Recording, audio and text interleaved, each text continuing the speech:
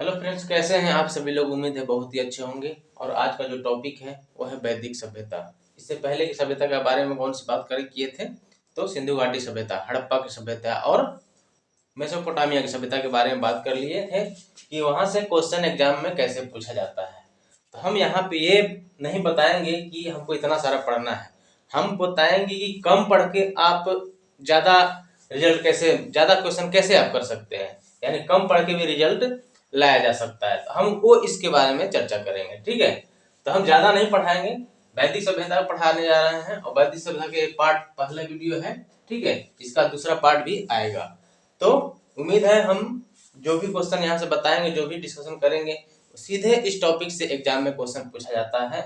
और बहुत बार हम प्रमाण दे सकते हैं कि कौन कौन सा क्वेश्चन पूछा गया है और आने वाले भविष्य में भी पूछा जाएगा इस टॉपिक से क्वेश्चन, ठीक है। तो चलिए बात करते हैं वैदिक सभ्यता के बारे में, ठीक है। हम बात कर लिए थे सिंधु घाटी सभ्यता, बात कर लिए हड़प्पा सभ्यता, बात कर लिए मेसोपोटामिया सभ्यता, बात कर लिए, आ जाता है वैदिक सभ्यता, ठीक है। बात करते हैं वैदिक सभ्यता के निर्माता कौन थे। तो वैदिक सभ्यता के निर्माता थे आर्य। आपको याद रखना है क्या, इनके निर्माता थे आर्य, ठीक है। और आर्य लोग रहने वाले कहाँ के थे, तो आर्य लोग मध्य एशिया, ठीक है।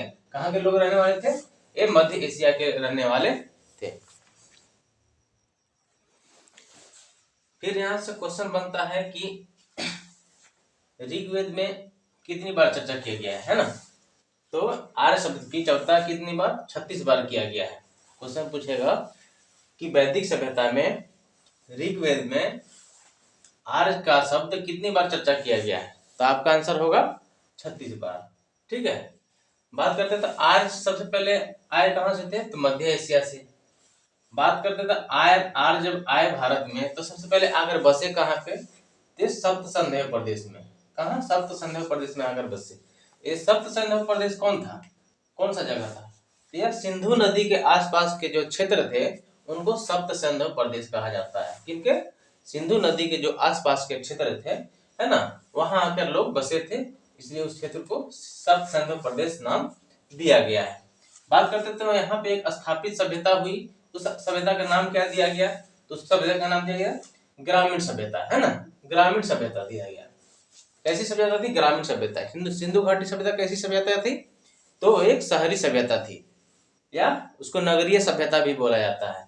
किसको, सिंधु घाटी सभ्यता को, ठीक है। बात करते हैं तो इसमें वैदिक सभ्यता में कौन सी स्थापित सभ्यता थी, तो ग्रामीण सभ्यता थी, ठीक है। बात करते हैं इस सभ्यता की भाषा कौन सी थी, पूछा जाएगा कि इनकी भाषा कौन सी थी, तो ये लोग संस्कृत बोलते थे। यानी आर्य के जो लोग थे, आर्य सभ्यता के लोग, वैदिक सभ्यता के लोग, वो कौन सा भाषा बोलते थे, संस्कृत बोलते थे, ठीक है। और संस्कृत बोलते थे और ये अपने आप को लोग श्रेष्ठ मानते थे। जो लोग संस्कृत बोलते थे वो लोग अपने आप को श्रेष्ठ मानते थे। और आर्य किसे कहा जाता था, जो लोग संस्कृत के भाषा में जानते थे, संस्कृत के बारे में जिनको ज्ञान था, उन लोग अपने आप को आर्य कहते थे, श्रेष्ठ जानते थे। और जिनको संस्कृत के बारे में जानकारी नहीं था उन लोग अनार्य कहा जाता था। क्या कहा था, अनार्य कहा जाता था।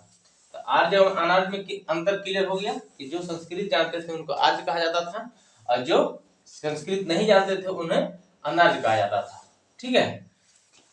बात करते थे ऋग्वेद में, अगर बात करते अफगानिस्तान की 4 नदी की चर्चा किया गया है। क्वेश्चन पूछा जाएगा कि ऋग्वेद में या अफगानिस्तान में ऋग्वैदिक कालीन किस नदी की चर्चा किया गया है। तो अफगानिस्तान में जब ऋग्वेद में चर्चा किया गया है कि अफगानिस्तान में 4 नदियों की चर्चा किया गया है। कौन कौन सा है, तो एक पुराना नाम हो जाता है जिसको बोलते हैं प्राचीन नाम, ठीक है। एक नया नाम ना जिसको बोलते हैं, मतलब अब बदला हुआ नाम, ठीक है। तो पुराना नाम क्या था, पहला अफगानिस्तान की 4 नदी है, कुभा, कुर्म, गोमती और सुवास्तु। ये 4 नदी है। कौन, कुभा, कुर्म, गोमती और सुवास्तु, ये 4 नदी है। और चारों का प्राचीन नाम बहुत बार एग्जाम में पूछा गया है और पूछा जाएगा। तो कुभा का प्राचीन नाम कहाँ है, काबुल। काबुल कहाँ है, अफगानिस्तान की राजधानी। और यहीं पे किसको दफनाया गया था, तो मुगल बादशाह बाबर को दफनाया गया था, ठीक है ना।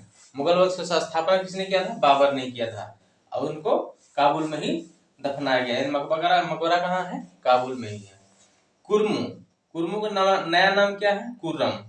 प्राचीन नाम क्या है, कुर्मू।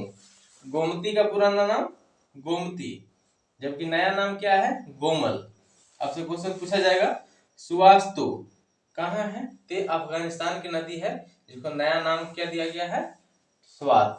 ठीक है, तो ये अफगानिस्तान की 4 नदियां हैं जिसको ऋग्वेद में चर्चा किया गया है।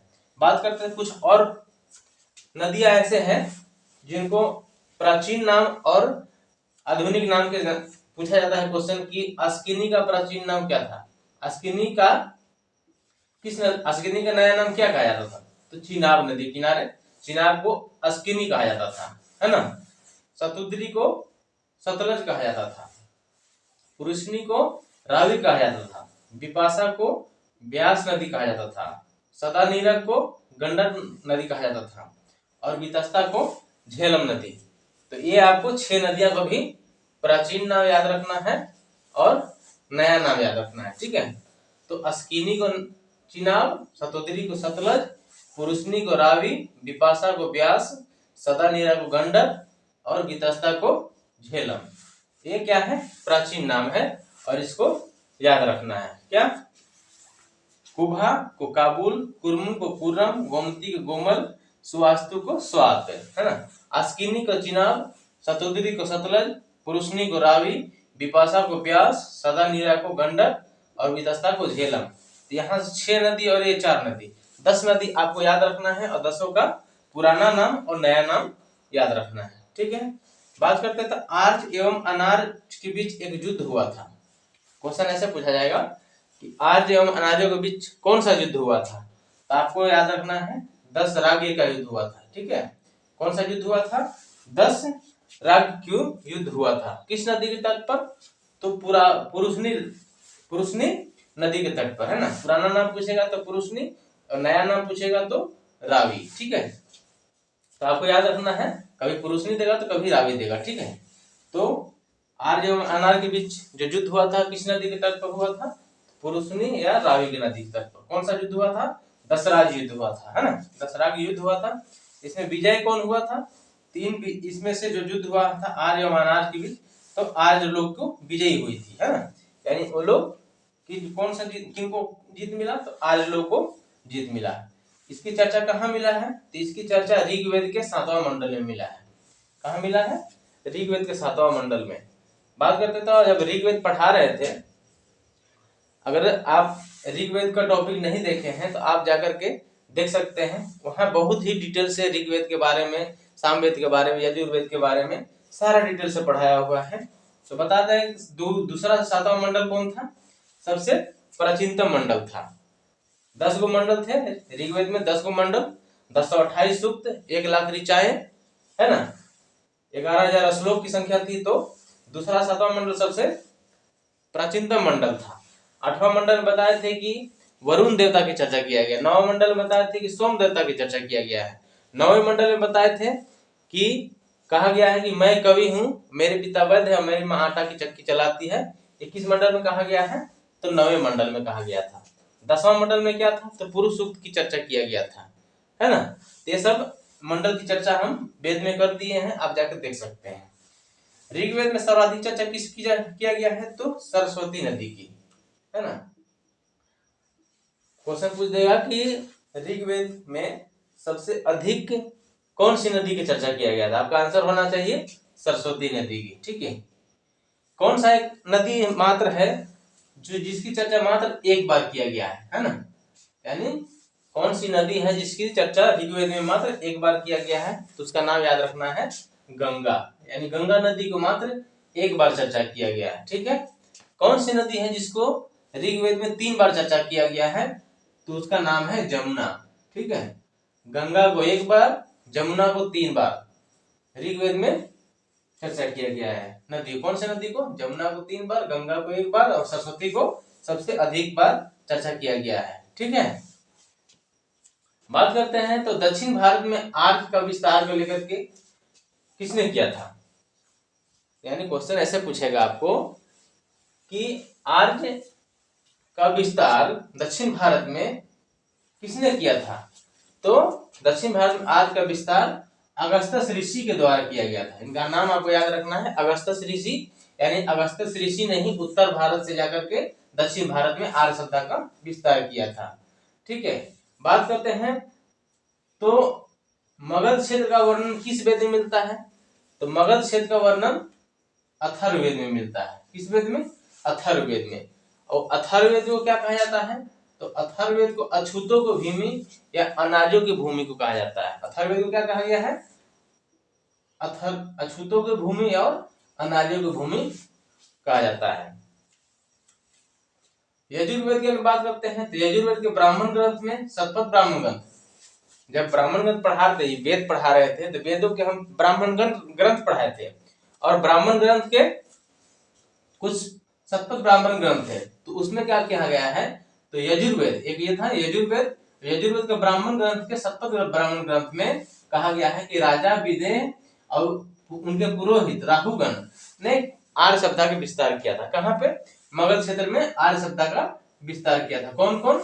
राजा विदेह और उनके पुरोहित राहुगण आर्य सभ्यता का विस्तार किया था। ठीक है, इस क्षेत्र में, मगध क्षेत्र में। इस काल की अगर बात करते हैं तो कुछ चीज ऐसा है यहाँ पे आपको याद रखने वाली कि बहुत ही एग्जाम में पूछा जाता है। कहा गया है कि इस काल में सबसे छोटी इकाई, मतलब वैदिक सभ्यता में, वैदिक कालीन सभ्यता में सबसे छोटी इकाई क्या थी? तो सबसे छोटी इकाई परिवार होता था। ठीक है, और परिवार के कुल को क्या कहा जाता था? परिवार के कुल को कुलप कहा जाता था, है ना? यानी परिवार के कुल के मुखिया को क्या कहा जाता था? कुलप कहा जाता था। और कई कुल मिलाकर गांव बनते थे, है ना? कई कुल मिलाकर के गांव बनते थे और गांव प्रधान को क्या कहा जाता था? ग्रामीण। आपको क्वेश्चन ऐसे पूछेगा, परिवार की सबसे छोटी इकाई कौन थी? परिवार, कुल, और कुल का मुखिया कहा जाता था कुलप। कई कुल मिलाकर गांव बनता था और गांव के प्रधान को क्या कहा जाता था? ग्रामीण। कई गांव मिलकर 20 बनता था और 20 के प्रधान को क्या कहा जाता था? बीसपति। और कई 20 मिलकर एक जन बनता था, कई 20 मिलकर के जन बनता था, जन के प्रधान को क्या कहा जाता था? राजन। यह भी क्वेश्चन में आपसे पूछा जाएगा। ऋग्वेद में 20 की चर्चा कितनी बार मिला है? तो 20 की चर्चा 170 बार। ठीक है, ये कोई ज्यादा इंपॉर्टेंट नहीं है, लेकिन जो कुलप है ना, परिवार के कुल के मुखिया कुलप, है ना, गांव के प्रधान को ग्रामीण, 20 के पति के प्रधान को बीसपति और जन के प्रधान को राजन, ये आपको याद रखना है। ठीक है, बात करें तो महाजनपद की चर्चा किस वेद में नहीं किया गया है? तो महाजनपद की चर्चा ऋग्वेद में नहीं किया गया, बाकी सभी वेदों में, सामवेद, यजुर्वेद, अथर्ववेद, महाजनपद 16 महाजनपद है, उसके बारे में हम पढ़ाएंगे, वो अलग ही टॉपिक आएगा। ठीक है, महाजनपद, तो उसके बारे में हम पढ़ाएंगे कि महाजनपद में कौन कौन सा क्षेत्र आता था। ठीक है, अगर बात करते हैं ऋग्वेद में किसकी चर्चा किया है? सभा, समिति एवं विदत है, तीन चीज का चर्चा किया गया है। सभा की, समिति की और विदत की एक संगठन था, इसके बारे में चर्चा किया गया है। किस वेद में? ऋग्वेद में। सभा के कितनी बार चर्चा किया गया है ऋग्वेद में? 8 बार। समिति को कितने बार चर्चा किया गया है? तो 9 बार। और विदत को 122 बार, यानी विदत की चर्चा सर्वाधिक बार किया गया है। किसमें? सभा, समिति और विदत में पूछेगा कि सबसे अधिक बार किसकी चर्चा किया गया है, मतलब सबसे ज्यादा किसकी चर्चा किया गया है, तो आपको याद रखना होगा विदत को 122 बार। तो ये रहा वैदिक सभ्यता का मुख्य मुख्य टॉपिक जो आपको एग्जाम में सीधे पूछे जाते हैं, और जो पूछा जाता है उसी के हम डिस्कशन करते हैं। ठीक है, ज्यादा पढ़ने से कोई फायदा नहीं है, कम पढ़िए, ज्यादा फायदा रहेगा। दवाई ज्यादा खाया नहीं जाता है, रिएक्शन हो जाता है। ठीक है, तो जिसको जितना चाहिए वो अगर उतना लिमिट में खाएगा तो उसको फायदा करेगा। ठीक है, तो आज का ये टॉपिक रहा वैदिक सभ्यता, इसका फिर नेक्स्ट पार्ट में हम लेके आएंगे पार्ट 2। ठीक है, तो चलिए मिलते हैं फिर हम इसके नेक्स्ट टॉपिक में।